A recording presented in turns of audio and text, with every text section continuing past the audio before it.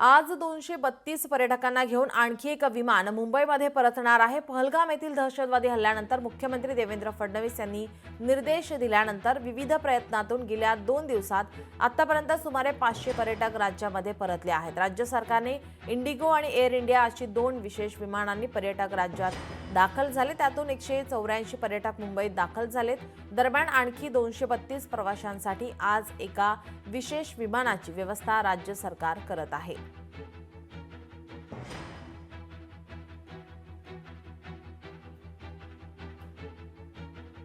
आपल्या प्रतिनिधी मीनाक्षी मात्रे आपल्यासोबत फोन लाईनवरून जोडल्यात। मीनाक्षी, आणखी एक विशेष विमान आज तिथे अडकलेल्या प्रवाशांसाठी जाणार आहे, काय अधिकची माहिती?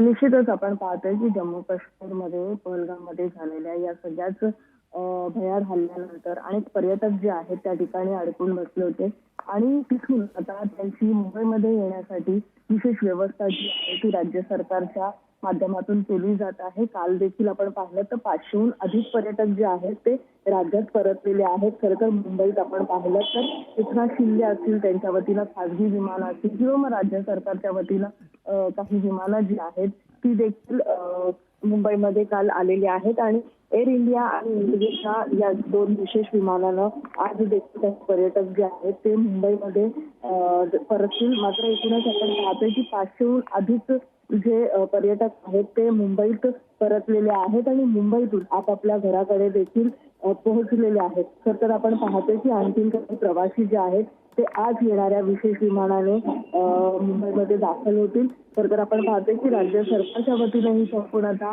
व्यवस्था जी आहे ती करण्यात आलेली आहे। मात्र एकंदरीतच तिथे गेलेले जे सगळेच पर्यटक जे आहेत ते किती आहेत याची संपूर्णतः नोंद जी आहे ती राज्य सरकारच्या वतीनं घेतली गेलेली आहे आणि सोबतच राज्य सरकारला संपर्क साधण्यासाठीची माहिती देखील राज्य सरकारच्या वतीनं देण्यात आली होती आणि त्याच अनुषंगाने यादी जी आहे ती तयार करण्यात आली। त्यामुळे आज देखील विशेष विमानं काही पर्यटक जे आहेत ते मुंबईमध्ये येतील। जी, धन्यवाद मीनाक्षी आपण दिलेल्या सविस्तर माहितीसाठी।